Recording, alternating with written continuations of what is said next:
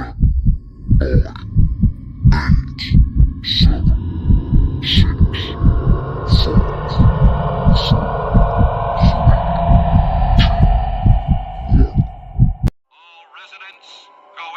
stay in your houses. Drive the rats in the tank area.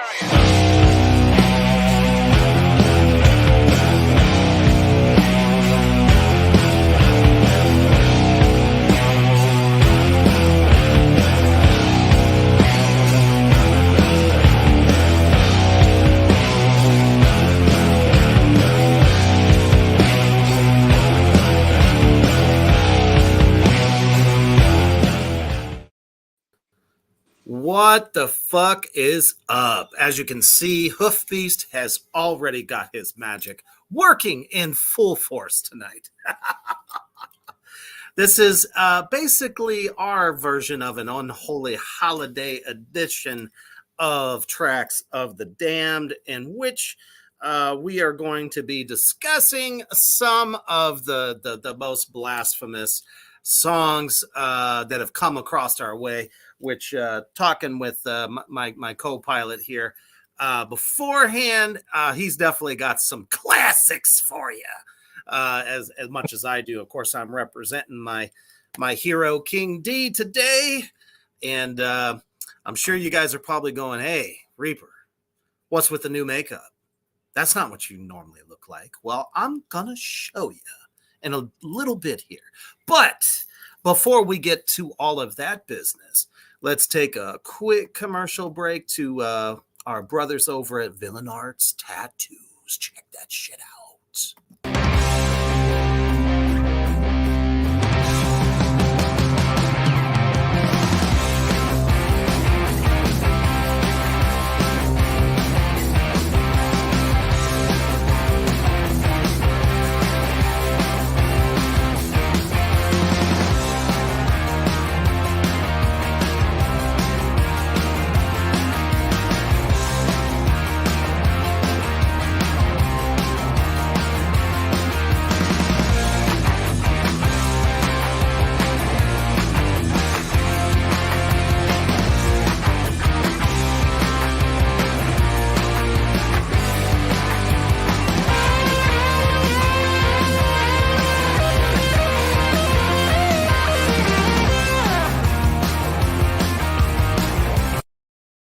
That's right, God damn it. You know what to do week in, week out, 3 times a week. I tell you what to do. When Villain Arts Tattoo Convention comes to your city, go get yourself a prime fan-fucking-tastic tattoo from any of the fine tattoo artists that are at these shows. Not to mention taking in the awesome performances and the great vendors. And you'll be seeing me this year in 2024. Check that shit out. So, first of all, before I get to my shtick here, welcome Kyler, welcome Cody, welcome Paul, Mousebong, Achilles. Man, I was like, damn, there's like 6 comments already, and we ain't even said shit yet. There's that magic again. Still don't know how the man does it, but he is the resident alchemist of the group. But go ahead. It's all black magic. It all comes from this. Indeed. But my brother Cody, as a matter of fact, is one to be talked about tonight because he is responsible for my new makeup, because he took it upon himself to reimagine me in drawing. He is an artist guru, and I fucking love every unholy thing that he comes up with. And now it's like featuring my face. He's also responsible for all the cool art and logo of my new band, Circle of Nine. So check this shit out real quick and make sure you follow this motherfucker because he is a wizard.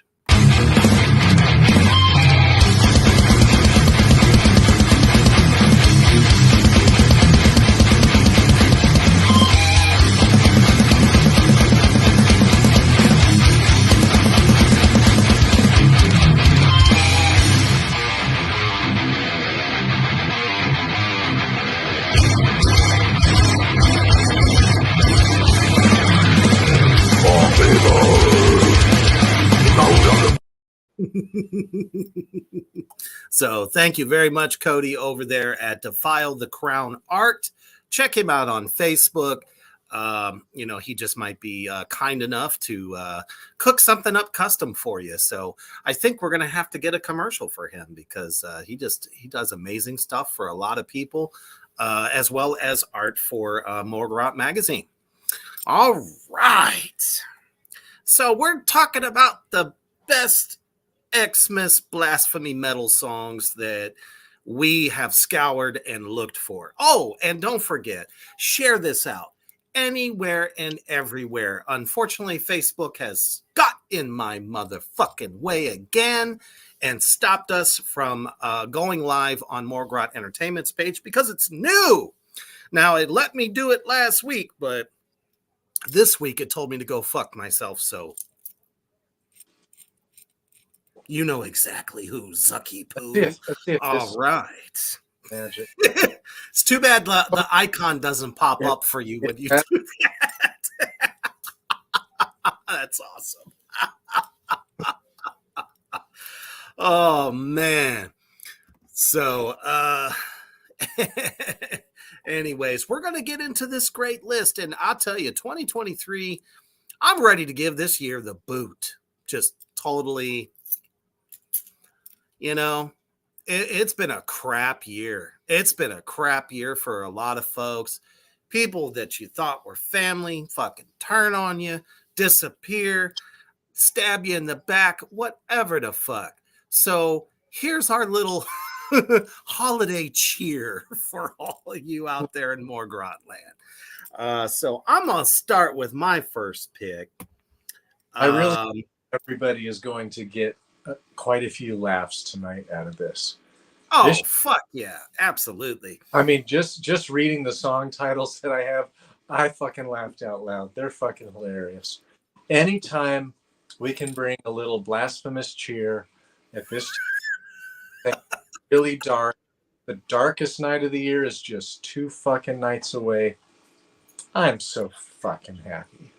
Oh, trust me, I am ready for Yule. I cannot wait for Yule, as you said, in 2 nights. And everyone celebrating Yule, all my heathens out there, you're awesome. Fuck Christmas. Don't give 2 shits about it.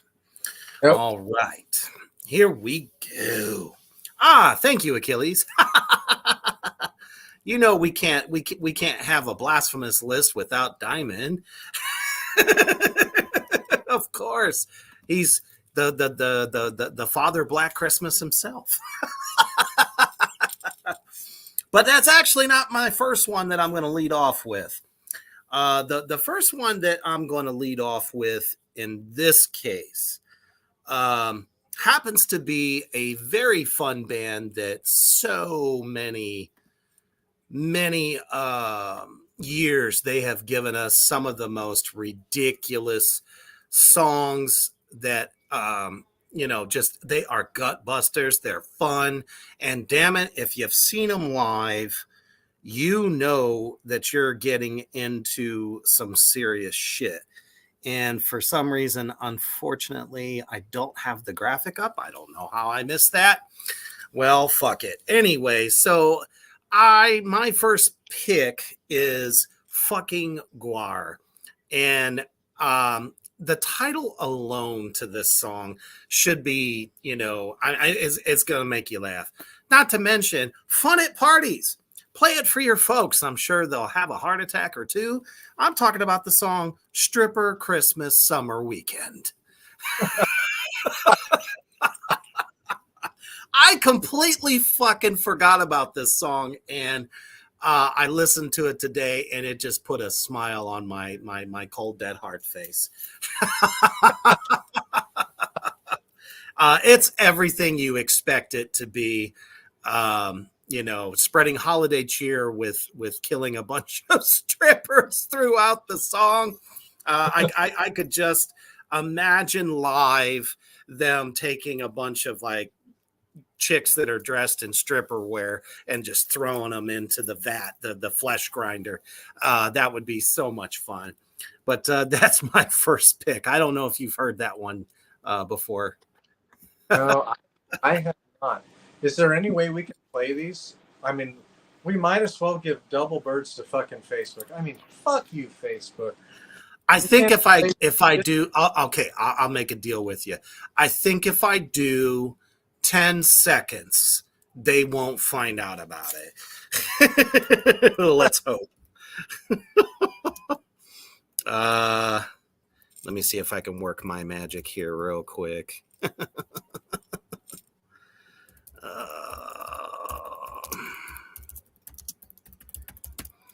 And let's see, I'll get that queued up here real quick. All right. So let me come back, present. You guys, you know, it's so fucking funny. Yep. Mouse Bong obviously knows this track. You're my summer Christmas stripper. I hope you're a girl. It's got so much.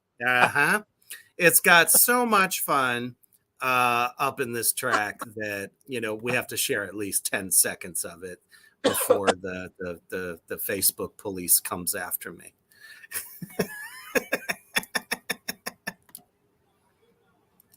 Recordings just got better. Hey, it's Hurry Dana up. from StreamYard. I'm so excited to announce.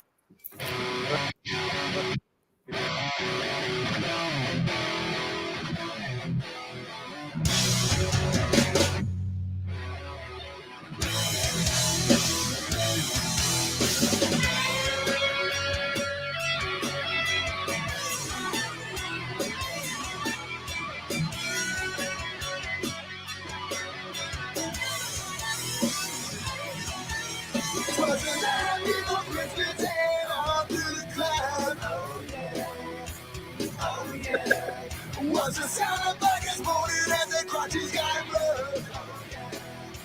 Oh yeah. Come on and play. Stripper Christmas, I'm a weekend after that. So there you have it. Definitely a fun party song to throw on for any kind of a drunken event. Uh-oh, we might have lost your audio. My audio? Oh, you're back. Sweet. All right. For a second there, it's like I couldn't hear what you said. So, all right. So that's my first one. That sounds like that was gore. Mm-hmm. Or it looked like it was gore. Yeah, it was. Guar, stripper, Christmas, summer weekend. All right. So go look up. I saw mommy kissing Yog Sothoth. Oh my goodness. Saw mommy kissing Yog Sothoth. It's fucking hilarious.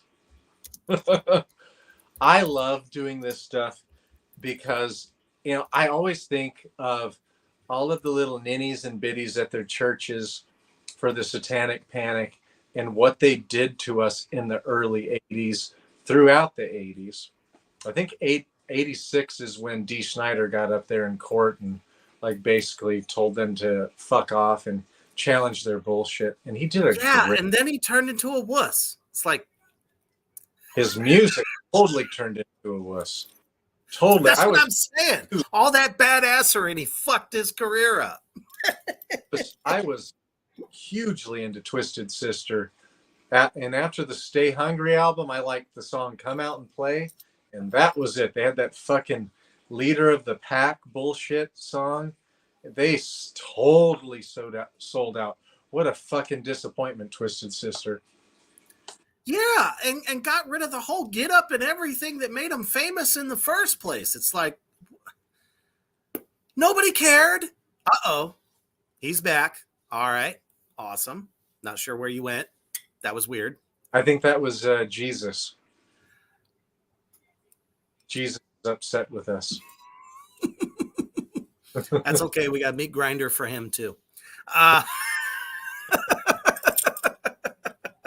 I saw mommy sing Yog Sothoth. So I think it was about 2011, the H.P. Lovecraft Society did a number of these songs. And those are the ones that I like. And by the way, tomorrow I am playing these fucking songs in my store. And There you go. bet you people will be like, what is that? Because they sound like, at least the music and the melody sounds like the ones that we grew up with. But they definitely are. They're like, wait a minute, those aren't the words. Where's the Jesus? I don't know. Maybe we ate him. Well, here is a little bit of that rendition. This will actually be the first time I've heard it, which is crazy.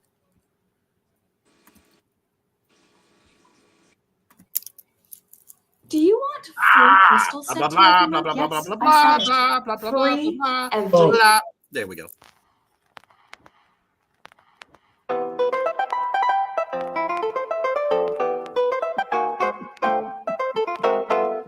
I saw mommy kissing Yog-Sothoth in the ring of stones on Sentinel Hill.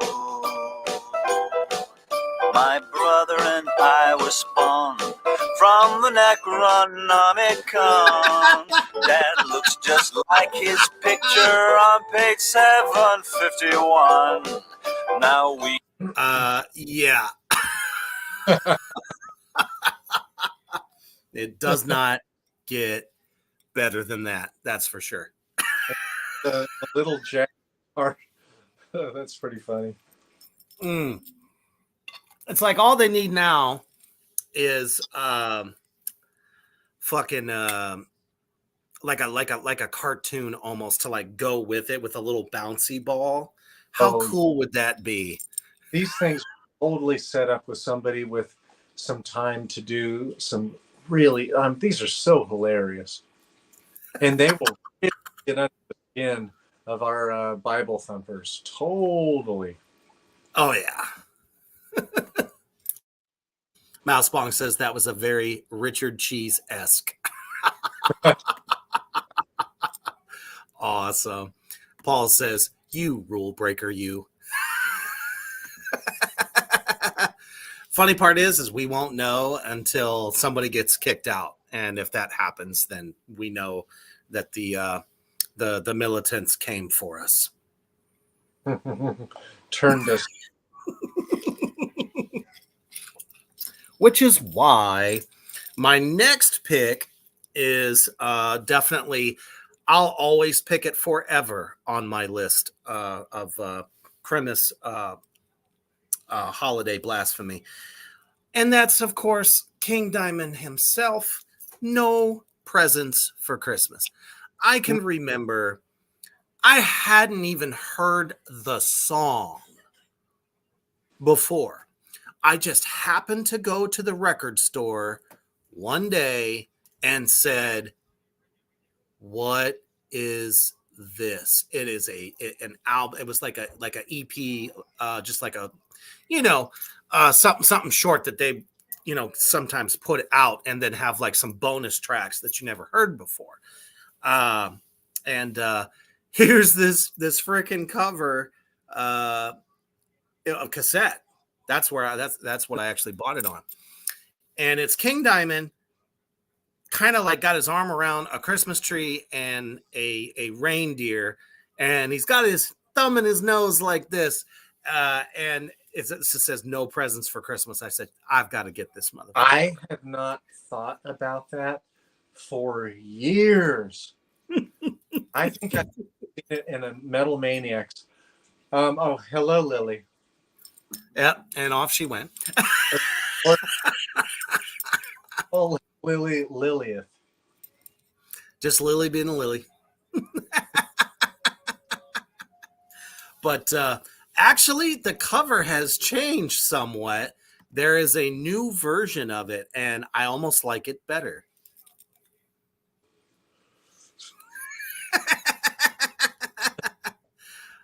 Definitely King being the king. I don't have to play that track because everybody knows it's just ooey gooey goodness.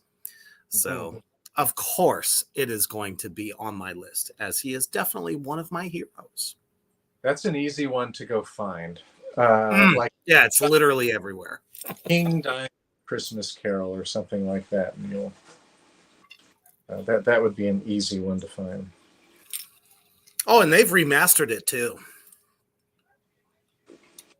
Okay, another one that made me laugh my ass off is Away in a Madhouse. I forget how the rest of it goes. I've only heard it a couple times. But the Lovecraft Society one. It's the same super white people doing it. So they sound very nerdy. Which is okay. There's nothing wrong with that. And it's kind of good because most of these church people doing this stuff, they sound nerdy as well. And so to me, it will piss them off even more. Because we're not being the demons that they might think. But Away in a Madhouse is pretty funny, which of course is taking over for Away in a Manger. Anytime there's a parody on these, pseudo religious songs, it's fantastic. So I actually do have it queued up, so we'll take a little listen. Just a little bit. All right, because no one's been kicked out yet.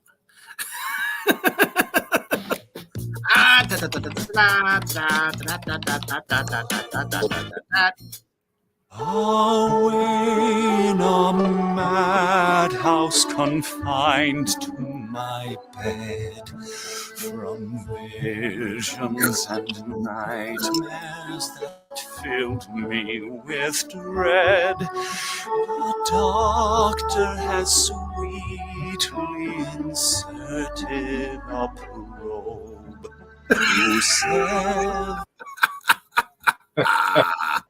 Before we take that any further,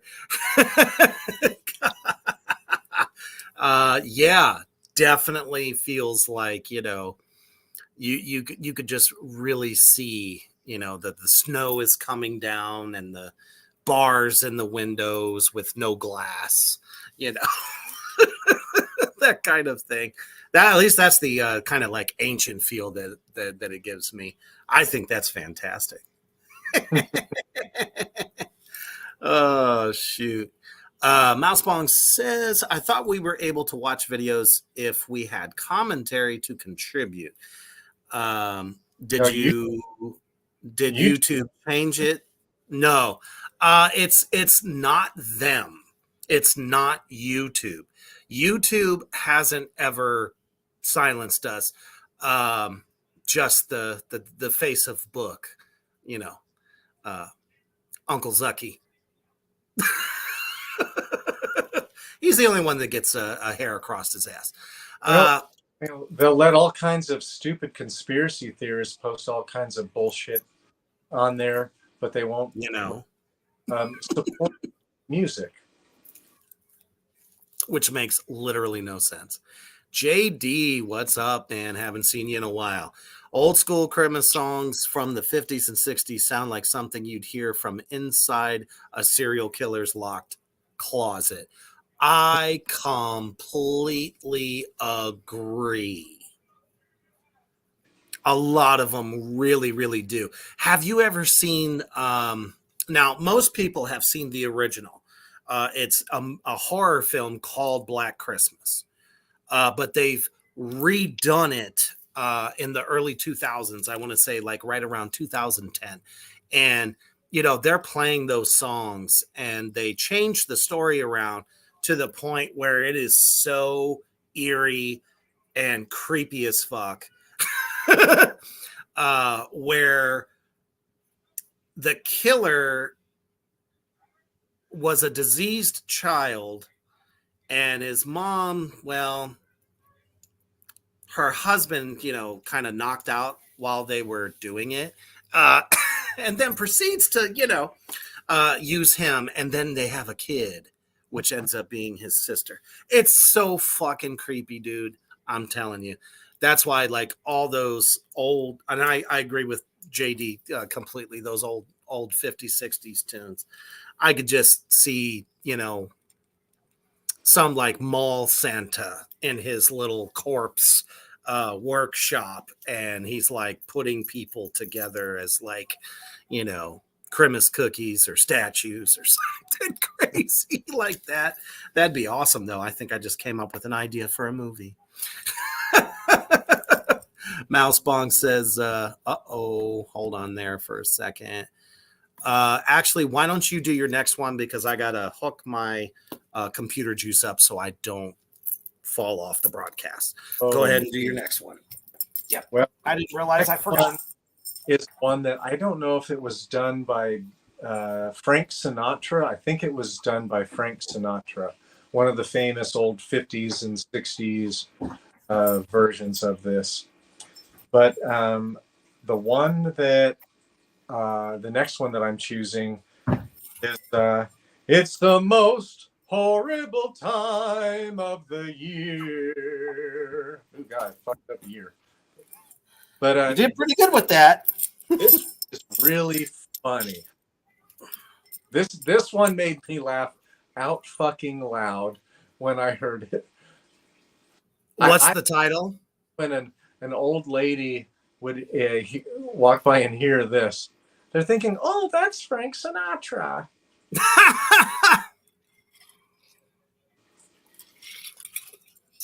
Awesome.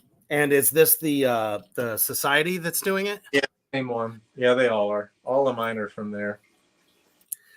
Gotcha. I'll have to pull it up in a minute. I just think it would get under the skin of people a little bit more, because they really are accessing the old ones from like the 50s and the 60s. And I have a question. I was thinking about this, and one of the things that, I've found in this little book here, isn't the gluttony that we have in Christmas, doesn't that have to do with the 7 deadly sins? And also, doesn't that kind of feed into Satanism a little bit? Well, of course, because we talk about the great indulgence, so those sins have no place in our existence whatsoever. To partake of a great meal like that, as long as you don't have like a heart condition or something like that, you're kind of a mucho healthy person, it is totally okay to eat. And I don't know anyone who does not on Thanksgiving. Or let's say, your Yule supper. Everybody does. And they do it in their own way. For you being a vegan, you can have extra helpings of your vegan stuff. Why the hell not? But it's not in the sense you can't. But it seems like the excess and the overindulgent with gifts and making yourself fucking broke and stuff like this. Now, the making yourself broke, that would be a satanic thing. But the like, go ahead, do what makes you feel happy for the most part, as long as it doesn't hurt others. Sure, as long as you're not, fucking yourself up, there ain't nothing wrong with that shit. Mousebong says, my favorite music is dungeon synth. It all can feel very winterish, and I like the fantasy vibes. Sure, absolutely. I've always been a fan of like metal bands that use a little bit, like King Diamond always does. He uses the old harpsichord sound, which I think is so badass because it's just inherently creepy. I don't even think the instrument makers back then knew what they were creating, because it's literally been sampled for so many different spooky horror movies that just really bring that extra eeriness. So great comment. Awesome stuff. So my next one, of course, has to be from these guys. And of course, I'm talking about fucking Marduk. They have a fucking song that is just blasphemously beautiful in every single tasty way. And they have their own version of Silent Night. But in that version, it don't sound like Silent Night at all. And it is way creepier in every way. And it talks about, basically destroying the, Nazarene, if you will. If you've never heard it, I'm going to try to play just a little bit of it, and I think you'll get the gist of it. If we can pull that up. Yep, sure did. That came up right away. So definitely one that's pretty popular this time of year. All right, let's bring that up. And here's a little bit. Hello. There we go. Hopefully there's no, here we go. Awesome. Goes right.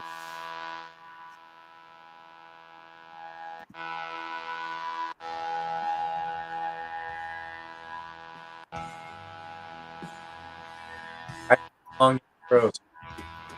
What's that? I hate long intros. Yeah, that's why I was like kind of skipping a little bit.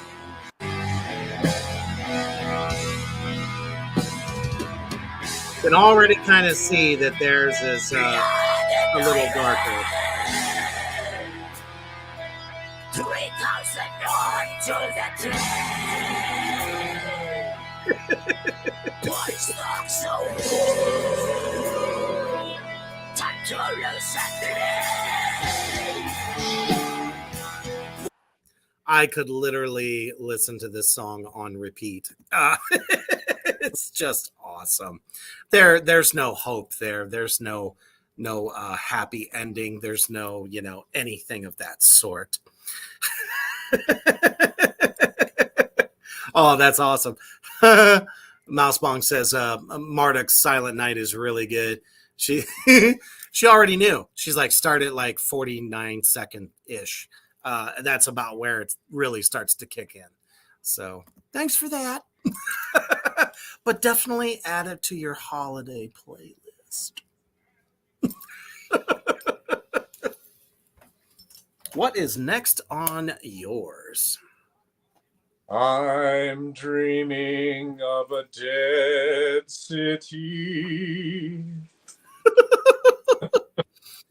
So obviously there's no happiness there either. Tell us a little bit about that one. It's just hilarious, and it brings in all like the old ones all the time. Like if it's done by the H.P. Lovecraft, like they're bringing in all these old demons, they're conjuring old demons, and they do take a lot that are listed in Anton LaVey's special little book of hours.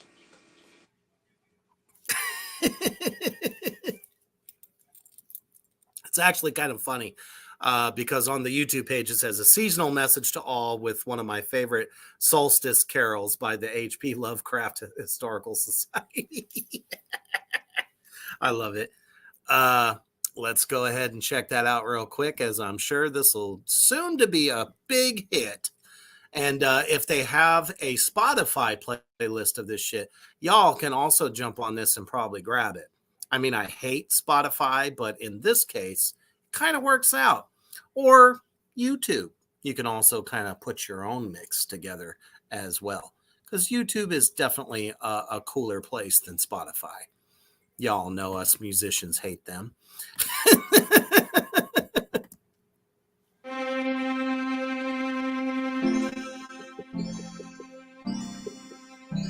I mean, it's got the Book of the Dead right there. How cool is Some that? old press clippings, my uncle's notes, a bas-relief made of clay, the horrors that these convey have given me much dismay. I think I'm starting to go insane. You have definitely. to do it to get to the kind of chorus. The Yeah, of course. It's, But all the imagery there was like from In the Mouth of Madness, which is like one of my all-time favorite films that was done by the creator of Hellraiser. So, yeah, definitely a special place for that. yeah, they some of the other ones were showing little clips from The Shining. Silent Night, Blasphemous Night. That one they had him coming with an axe behind. Awesome. We should be sponsored by Jim Beam. Jim, are you listening? Beam family. Sorry, because Jim is long since passed. Check us out. Morgrot Entertainment. You'll love us. We drink a lot of it. Cheers to you as well.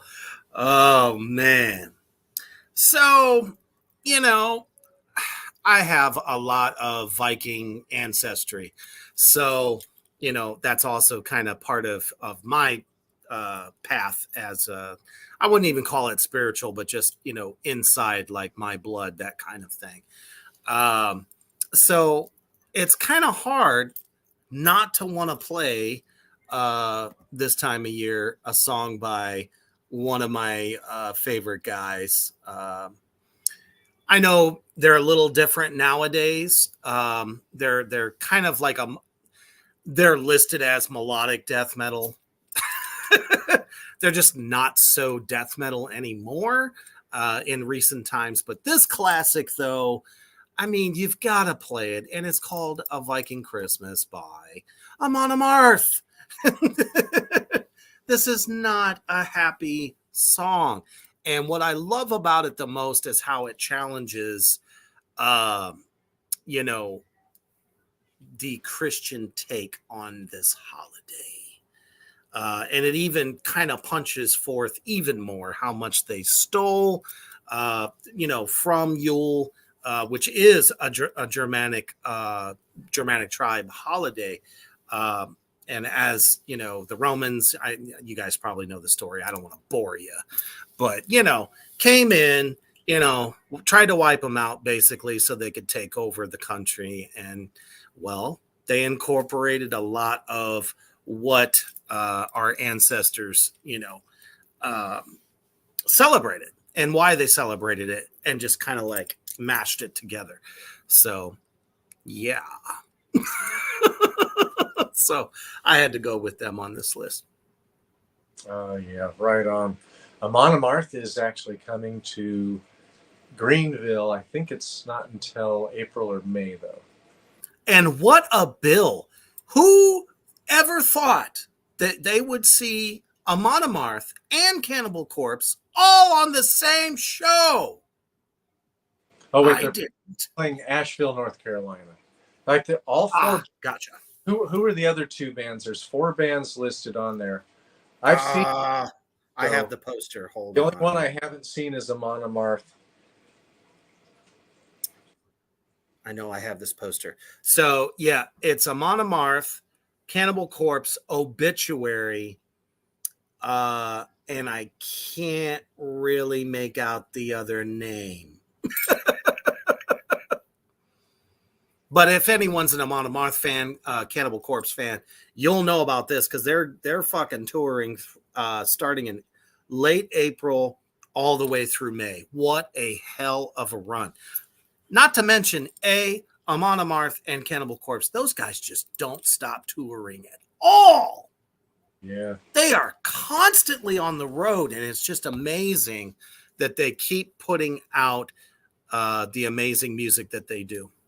And Amon Amarth brings with him a tremendous stage. Yeah. Their setup is. I don't know how they do it.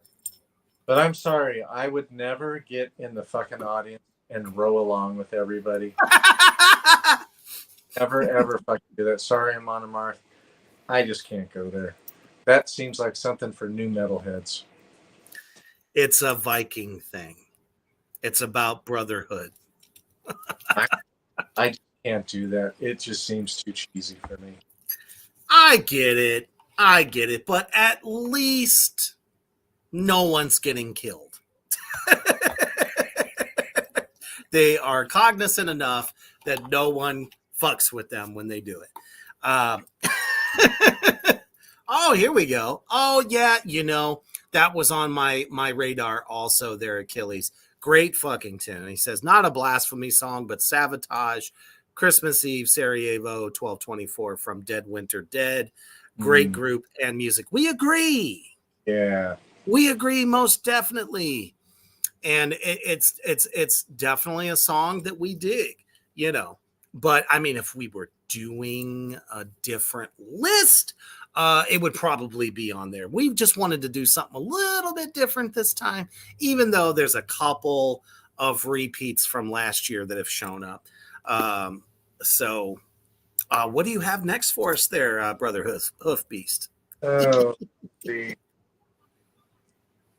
let's see. Let's do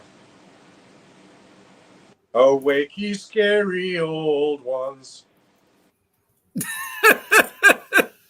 Awake ye scary old ones. I love it. Pretty funny too. They all are. Thank you, Mousebong. I appreciate that. She goes, True Reaper, I'm all for nonviolence at a show. I mean, it just ends up better for everybody. I mean, if you get a battle scar here and there, as long as they're being nice to you and they're not fucking with you, then I'd say, it's a good night. It was an accident. Sometimes somebody steps on your toe, but I'm seeing video after video of these motherfuckers who think they're motherfucking Bruce Lee and start doing these roundhouse kicks, throwing elbows and shit. And I'm just like, everybody there paid to see the band, not to get their ass handed to them. I just think that's fucking stupid. Ay. It's either those hats, it's those ass hats that stand in one spot and take up about an 8-foot radius as they do this fucking windmill wailing of kicks and wild arm swinging. It's either that or it's what we talked about last week. There's the goon who wants to go and target people who are smaller than him or less athletic. Like there's a lot of muscle-bound assholes that are there, and they just feel like they want to push everybody around. And they're pretty nasty, and they do a lot of shit from behind when the other person doesn't even know. Like they're going to catch every single time. Push from behind. Know it.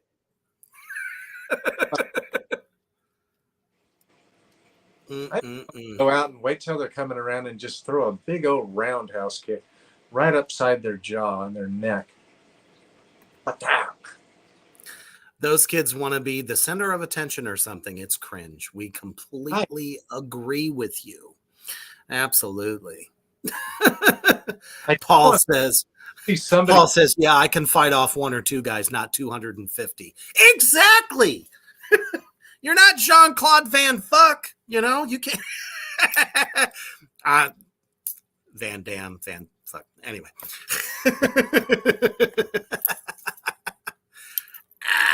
I don't know, but still, yes.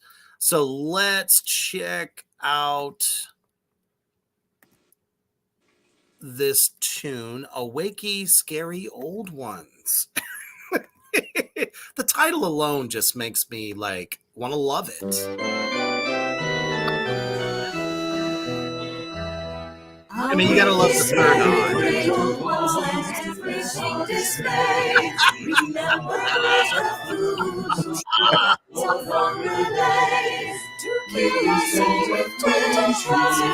The imagery alone is just mesmerizing. I love it. I mean, there was a great Cthulhu statue, I wonder if that shit is like literally exists somewhere. I mean, I wouldn't be surprised. That's just me. You know, there is a book about the 7 gods of chaos that are, you know, supposed to be floating through space encased in ice. Who knows? It's a big universe out there.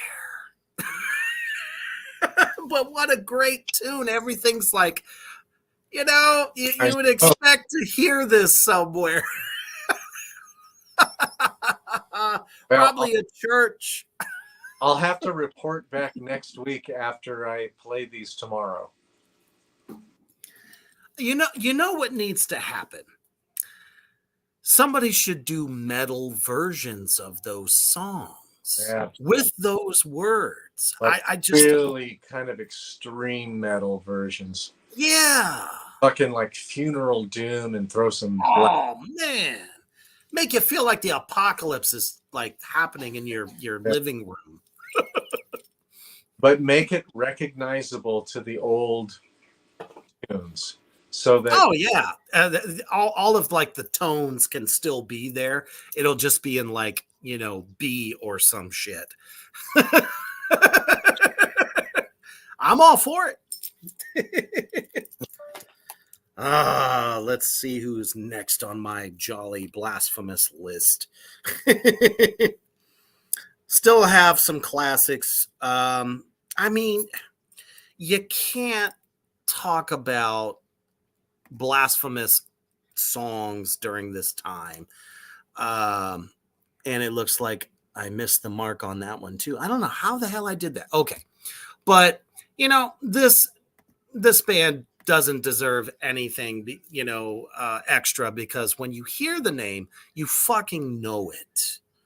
There has always been a band that is just doom-licious helplessness, hopelessness. And, you know, it was once commanded by, in my opinion, the voice of the deepest, darkest doom there ever was. And I'm talking about Typo fucking Negative, guys. Peter Steele singing the so holiday blasphemous classic, Redwater Christmas Morning. Not morning, morning. The idea that, you know, on the great album October Rust, that he killed the love of his life. And that was red water on Christmas morning. I mean, it doesn't get darker than that, people. Yes, absolutely, Mouse Bong. I mean, the whole fucking industry is at a loss without this guy. But luckily, there is a band that is carrying that torch right now, and that's October Noir. So there's hope. Will we ever see the likes of Pete again? Probably not. He was one of a kind. Yeah, this week I just the guitarist, I forgot his name. Kenny Hickey. He's giving away one of his, I think is it an Ibanez or a Jackson? He's giving away a guitar over Christmas, and it has green fretboard inlays. It's beautiful. It's black and green. It's a beautiful guitar. He's giving one away. Giving it away, people. Yeah. So you might want to go over to the Facebook site there, and if I'm sure there's like some kind of contest rule. There is. Is there? You probably have to share to so many people to be in the running for the guitar. But he did announce something. There is something you have to do for it to help promote something. You know, I don't think that they would ever give one of Pete's basses away. I couldn't see that happening. It's worth so much. And not just in like monetary value, but just, I mean, so fucking personal. But that's really awesome. So the comments have lit up. Excuse me, where can I sign up? Yeah, I'm trying to where I saw probably Typo's, excuse me, Facebook page. It was either TikTok or Instagram is where I saw it. Ah, guaranteed it's on Facebook as well. More than likely. She goes, social media chain letter stuff.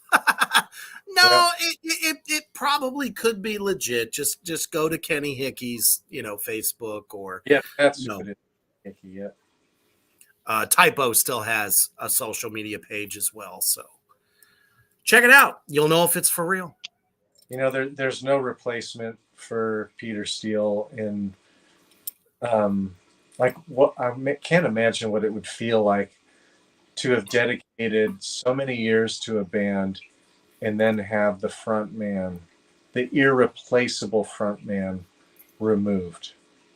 I mean, I don't know. Like, I really like Ronnie James Dio with Black Sabbath, but it just wasn't the same. Like, I've seen so many people do reviews of all of the albums from Black Sabbath, and most of them say they should have called it Heaven and Hell back then and not Black Honestly, Sabbath. I wish they would have. Because it really wasn't. And when I saw them, they didn't play any of the Ozzy songs. They only played songs from Mob Rules, Heaven and Hell, and Dehumanizer. That was all that they played when I saw them. Lorcan, what's up, buddy? He says Tony Martin was Black Sabbath's greatest vocalist. Now, I am a fan of Tony Martin. I have been for a while. He was different, as every era of Sabbath was, and I think for what they were doing, from the Headless Cross to Cross Purposes, I really did enjoy those albums.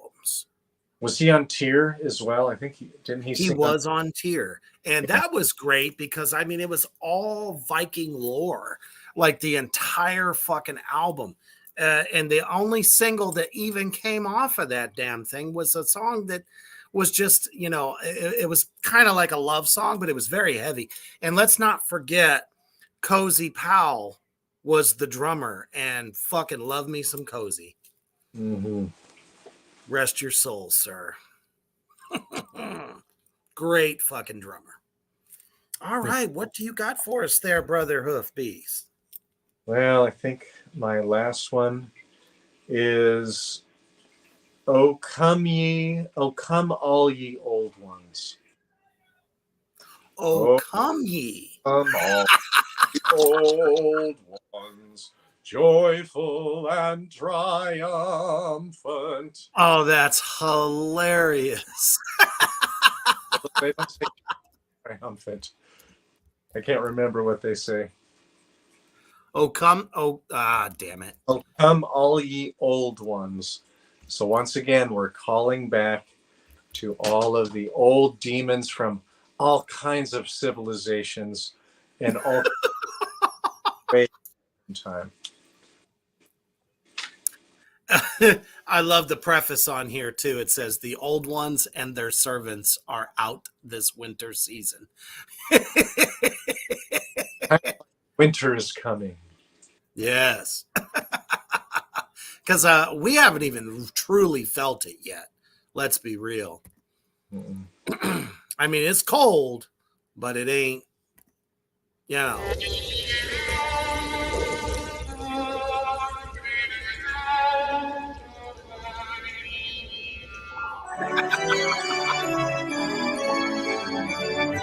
This is fantastical.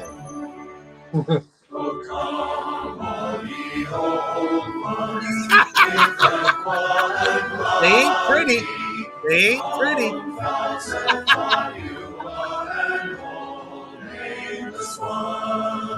Oh, shit.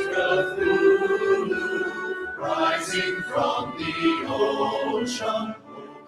Fantastic. Who doesn't like them a good Cthulhu this time of year?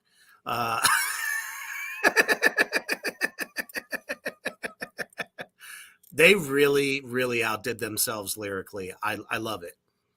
You know, I really wish a band, Reaper, maybe the two of us should do this. Nobody else has like really done the old classic Christmas carols and really done them and made them fucking thick and dark and you know, wrote lyrics that would come out of this book or just Well, of from course. H.P. Lovecraft books or something like that. And then just hate. I mean, that would really be something for metalheads. Have some distortion. Absolutely. I'm down. Lorcan brings up a really good point here. Dawkins' version of Santa Claus is coming to town. It's awesome. It was something different, that's for sure. It's shown up on a lot of lists too that I had seen online. Tarja's new Dark Christmas album. I've got to get it. Have you heard this, Hoof Beast? Oh, I haven't heard that. Gonna have to check that shit out. Absolutely. I have a feeling that Dawkins' version is better than the boss Bruce Springsteen's version.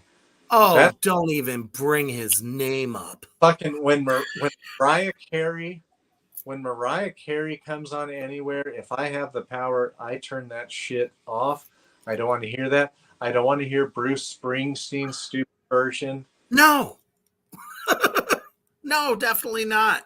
Lorcan says it's a dark version of the classic Christmas songs. Dark is great. I definitely want to check it out. You know, the darker, the better. Which is definitely... Now, this one popped up, not on my radar, but once I heard it, I was like, the little written intro to this band and this tune was, play this one for all the Christian goodies. Go play it for grandma around Christmas time. It's definitely not for the faint of heart. Because you know, grandma and grandpa's going to hear the intro and they're going to be, oh, I love that song. Oh, and not this one. You almost have to sneak it in. You know, I'm talking about a black. Oh, go ahead. I'm sorry. We could do a challenge where we give if we do this, we could give away a free CD or a free T-shirt to those who like have the best TikTok version where they play this and then grandma and grandpa or their mom and dad hear it, and if they get a real shitty, nasty, negative reaction to it on TikTok or something like that, then you know, they win a shirt. Maybe we should do that for next year. Oh yeah, we could do that. We could whip that shit up. Sure. Why the fuck not? The band I'm talking about is fucking Tormentor. Off of the Recipe Fearum album, and the song is called Little Matchbox Girl. No, it's not a Christmas title, but it's their offering, and it's about a girl that basically freezes to death, somewhere around the holiday. And it showed up on metalsucks.net as being one of those blasphemous tunes you just have to play around the family fire. And it's nasty. It's not happy. It's all about frozen death. So if that warms your black heart as it would mine, go for it. Check this tune out. It is really awesome. And it's fucking black metal. Dig it. I think that's all I have. I do have an honorable mention this time around, because you can't exactly have a list like this. Lorcan, I love it. To me, it's like a holiday tradition. Nuns Have No Fun by Merciful Fate. As a matter of fact, our brother here, Hoofbeast, has a good old copy of that. And I would say yes. Play it, put it in your playlist for all the it's a great fucking song. Even more so, great fucking artwork. All the way around.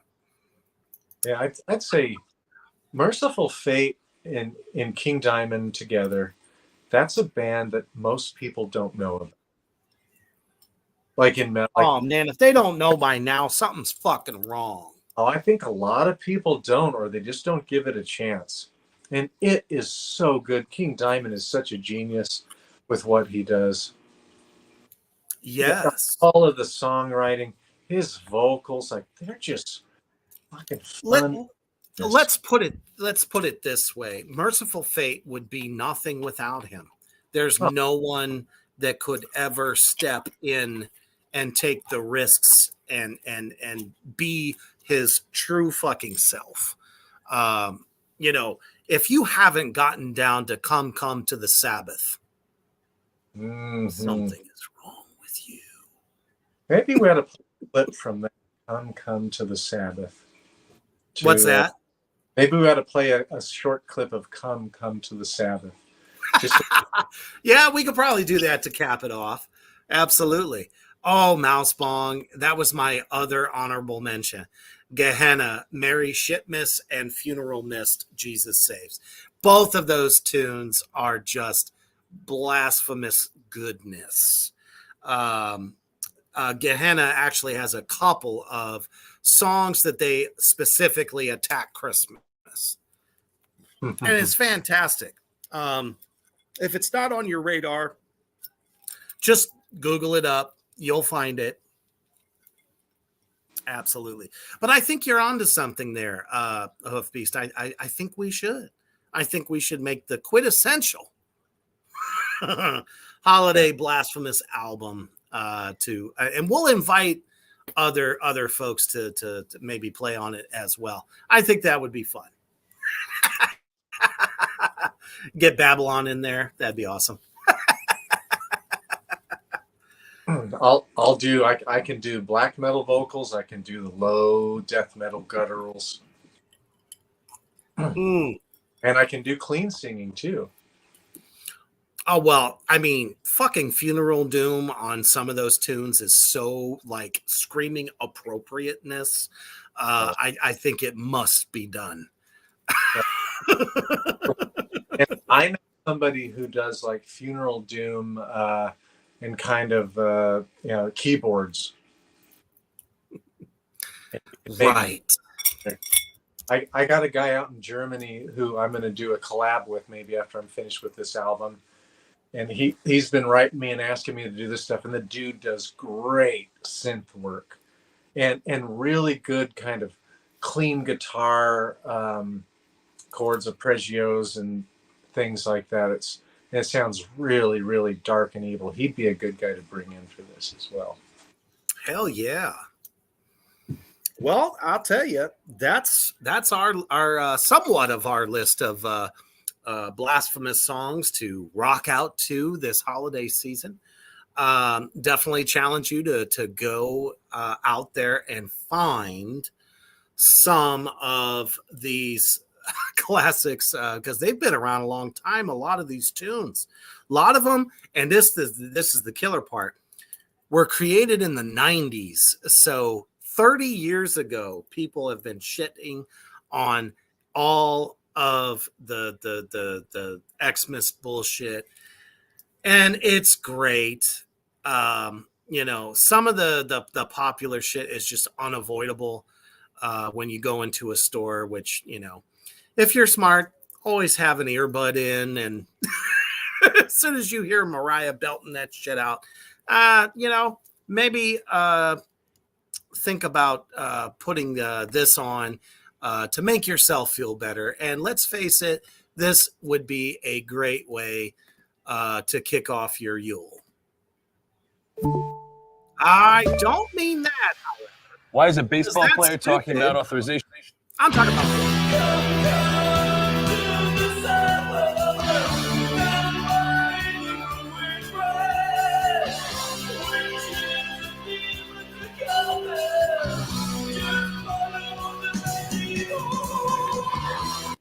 That's right. Come to the Sabbath. Leave the manger scene, turn it over, break it, take a baseball bat to it, whatever you want to do. Oh, and I've been telling you guys this for a couple weeks now about the church that's here in my town, that has that star up, and it always looks like an upside down cross at night. Well, somebody fucking told them and they turned it around and now it's like right side up. And I'm like, God damn it. I could have had so much opportunity last year to take a snap of it. But, you know, when you're driving, I don't recommend you take photographs, especially at night, because you might run into somebody's lawn. Now, what do you got there? Last night, I went to Asheville and they had a really good vinyl store there. And nice. Found this album. This is one of my fucking atheist top 50 albums of all time. This was such a fucking groundbreaker. And you ain't bullshitting, man. And that's a piece of history. Unquestionable presence. I had to buy this. Absolutely. And I also found my favorite Maiden album. This is my favorite Maiden album. It was so hard to pick this over Power Slave, but Somewhere in Time is classic, man. Somewhere in Time is my favorite Iron Maiden album. I found this, so these will all be going up framed on the wall at some point. What's your favorite off of that one? What? Oh, this one was $30 without tax, like $29.98, and then the Atheist was only like $26.98. This is not easy to find. Only 1,500 copies were ever made available. Wow. Oh, and what's your favorite song off of Somewhere in Time? Oh my God, they are also. Well, I know it's hard to choose, but still. Like. Oh shit. Wasted Years was the first one they had a video. So that's got into right away. But this album, everyone is such a fucking. Every cut is a banger. Hot Somewhere in Time is probably my favorite, and that's Bruce Dickinson, too. Just the way he belts that out. So good. Dude. It's like when he belts that shit out, you stop, you listen, you don't say shit. Under the Great, the way Bruce Dickinson tells the story through that song is so fucking good. Oh, it's epic, man. Sorry. And I'm like, I don't know why people are giving him so much shit right now. So there was that huge Power Trip festival that, you know, the one that Ozzy was supposed to play. And of course, you know, there's just no fucking way he could do it. And he came under fire because he singled out all of the people that bought the most expensive spots. He, you know, basically saying that they were all the rich people.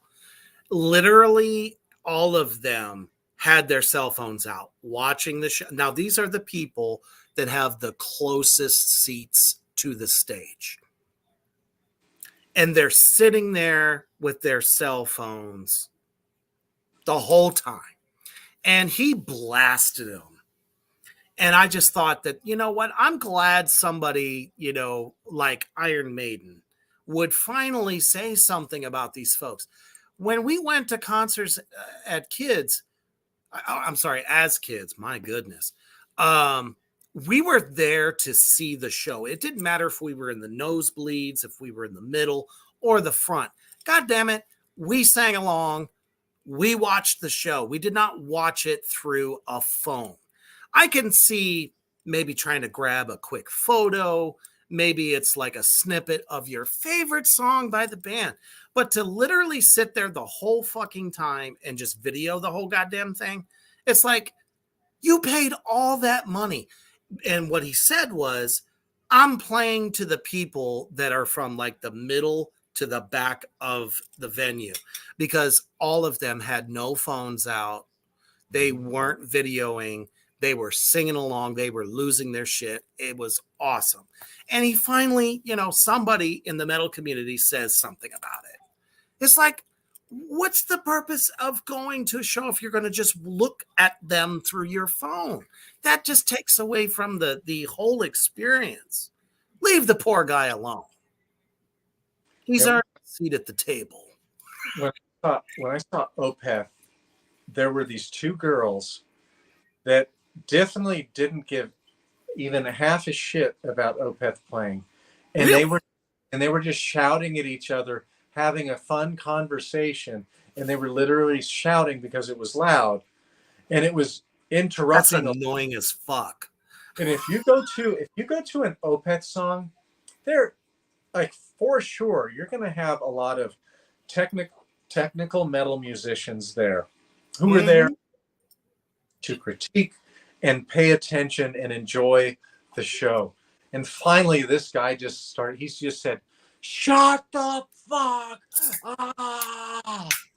And then one of the girls thought she was going to be a badass because she knew that the guy wasn't going to hit her. He started acting all big and bad. She was a foot shorter than him, but yeah, she's going to act like a rabid chihuahua. And like everybody, and so finally that poor guy, he didn't have to take much of it because we all stepped in and we just kept like a broken record. Shut the fuck up! Shut the fuck up! And finally, they shut the fuck up. Sometimes you have to be outnumbered and called out in order to stop what is just a concert no-no. I mean, even if you don't dig the band, that's your chance to see if you could dig them because they're playing live. Yeah. You know what I mean? Were they the main act of the evening? Yeah, they were the main act. That's fucked up. I don't know. If they're the headliner, you got to give them respect. You know, even if you're not familiar with them or maybe you don't like some of their stuff, it's like at least give them your attention, because if it wasn't for them, that show would not be there. There have been countless numbers of concerts I've gone to where I went to see specific bands, but man, I gave credence to the openers. Mm-hmm. Some of them I actually ended up really enjoying. When I saw Uncle Acid and the Deadbeats open up for King Diamond, which I was like, what? I fucking dug them. They're a great doom metal band. Just didn't think that I would see them on a Diamond show. Yeah, but, you know. Seeing Catatonia, they opened up for Opeth that night. And I think Knock Mysticism opened up before Catatonia. And those were both really good bands who didn't have any of their music before that. Fucking loved them. I love Catatonia now. See, you know, you miss something if you're looking at a phone the whole time. I think it just takes away from the overall experience. I've been to shows where I've hated some of the bands, but damn it was still a show. It was a good time. Well, if it's Evanescence, I have to fucking that's it for you. Honestly, the only way I would ever be in the presence of that band is if somehow they ended up on a show for a band that I actually wanted to see. So, there was that. If I had to be at a show early because maybe I liked a previous band before Evanescence, and the band after Evanescence was a band I was going to go see, I'd have to eat a whole fucking THC gummy before that. Maybe right? 45 minutes before Evanescence would go on, I'd have to eat that whole fucking gummy. You'd be fucking numb. You'd be like catatonic at that point. Go into the back and just check out all the T-shirts for sale. Fucking that again. That's one of the worst shows I'd ever seen. And butt rock pirates all fucking loved her as well. Just fuck that. Right. Cody says, I'm not going to lie. I have my phone out for one song per band, maybe, just to be able to relive it. But afterwards, it's all eyes on the show. And I don't think there's anything wrong with that. Did I take a couple of clips here and there from the King Diamond show? Yes. Because at the time I was living in Ohio and he doesn't come through there all the time. Shit. I waited 30 fucking years to see him. Of course I was going to, lack of a better term, christen that particular event. I had to get some of it. But, the rest of the time, my eyes were on him, not through a phone.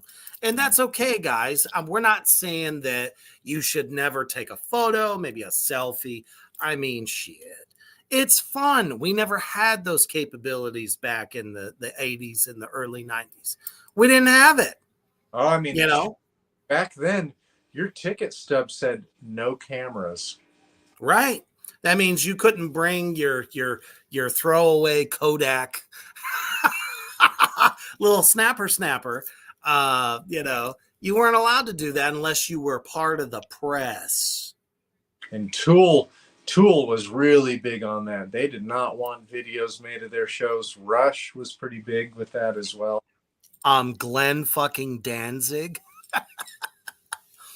The man that would dive into the crowd back in the day when, he was in his 30s or 40s. He totally would fucking do that shit. And that's kind of like, you got to understand. It's okay. Let me put it to you like this. It's like if you went to an art opening, you're going to see this particular person's paintings. Are you going to sit there and look at it through your phone? No, you're there to appreciate the artwork on the wall. How is that any different than music? Mm-hmm. It's art, just in a very audible sense of being. Cody says, my old lady is so short, her phone screen is the only way she can see sometimes.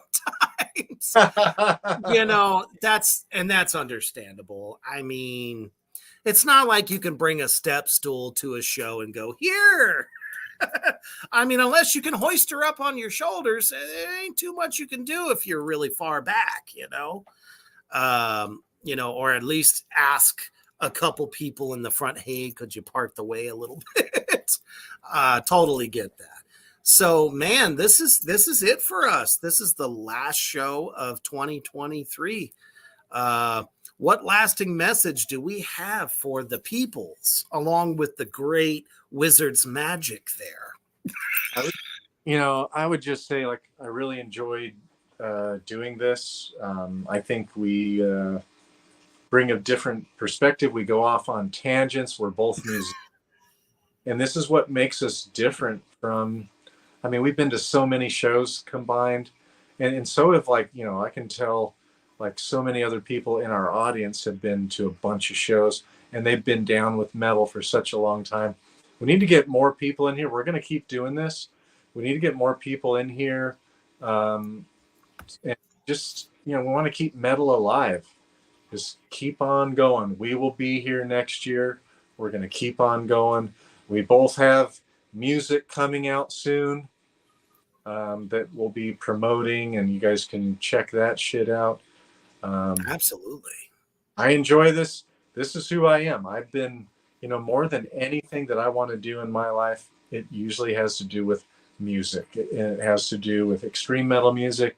And I really don't give two shits if it's not for everybody, and we're never going to be as popular as what's your favorite album from this year? It was from Sleep. No. Oh, it was definitely not me. I guarantee that we debunked the myth, and that was the end of the road.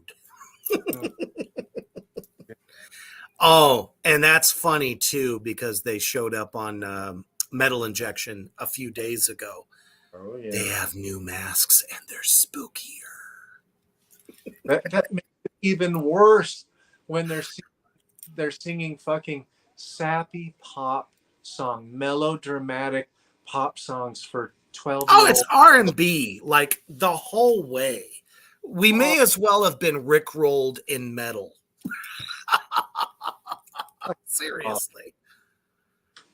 Man, I can definitely say this show this year has had so many highlights, all of the wonderful people in the Morgrot entertainment universe for tuning in all year long. You guys have been hanging and banging with us. We appreciate and love you guys so much because you have the same passion that we do for this business, music, art, all the way around.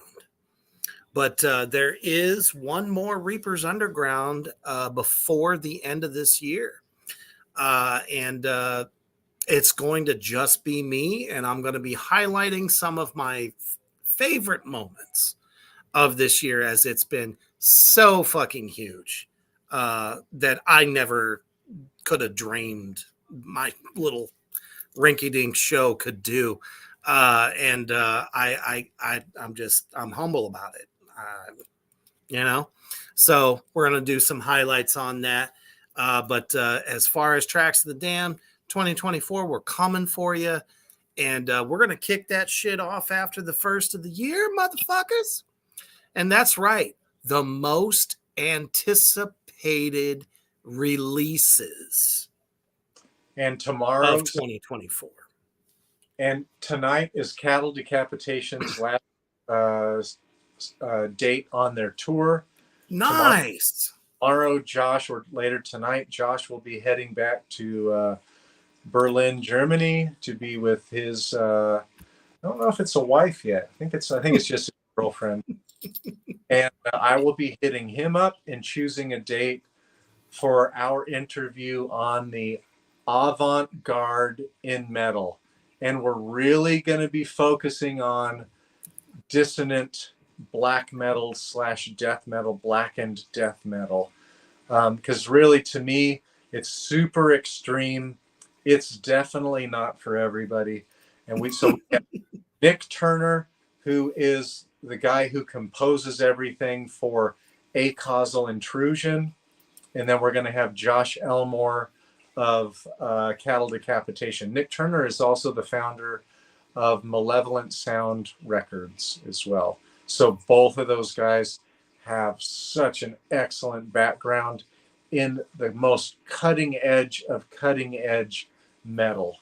And I'm just going to, like I've said a couple times, I'm just going to try to give them questions and just let them talk. I mean, I know quite a bit. I know a few bands, but I think you guys know even more.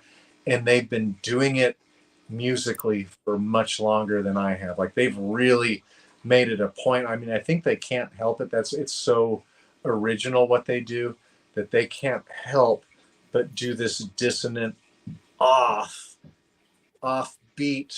different, not for everybody fucking metal, but fucking amazing. Absolutely. And just the first in many awesome guests that we will have throughout 2024 here on Morgrot Entertainment, Black Flame Entertainment, and Reapers Underground, of course. And follow us. If you haven't done it yet, follow us. Reapers Underground on Facebook, Black Flame Entertainment, Morgrot Entertainment, Human the Hoof Beast with the @ because I know I just forgot that, on Instagram. He drops the most amazing fucking videos on his page of everything that he's up to, and on TikTok as well. Is it also at Human Hoof Beast on TikTok? Yep, same thing. And I follow. I can tell you're a metalhead. I follow you back. Even if you're into new metal, I don't give a shit. Still, I follow people back. The people I don't follow are people from India, these dudes with their fancy little haircut, and they have like 323 selfies And that's all they ever take are fucking selfies. Fuck you. Don't even bother. I'm not following. So as long as, you know, back if you're I not think, loving yourself too much, he will definitely follow you. Yeah. You can also follow me on TikTok as well, and that's Reapers Underground 666. So feel free to do that. It ain't hard, folks. We're everywhere. We're taking over. But you guys have been an amazing crowd tonight, and we were glad to share this this show with you guys. It's been so much fun, and you know who that belongs to. All the way. We're not taking no prisoners, no shit this year. So 2024 is going to be fantastic. So, as you're getting ready for your winter solstice, Yule celebrations, fucking hoist one with us. Don't take no shit from anybody. I don't give a fuck. Listen to as much metal as you can of all different types. There's so much exciting stuff coming out. And we will be back with you in 2024. And hopefully during the holidays, you will stay heavy. All residents, go in and stay in your houses. Drive the rats in the tank area.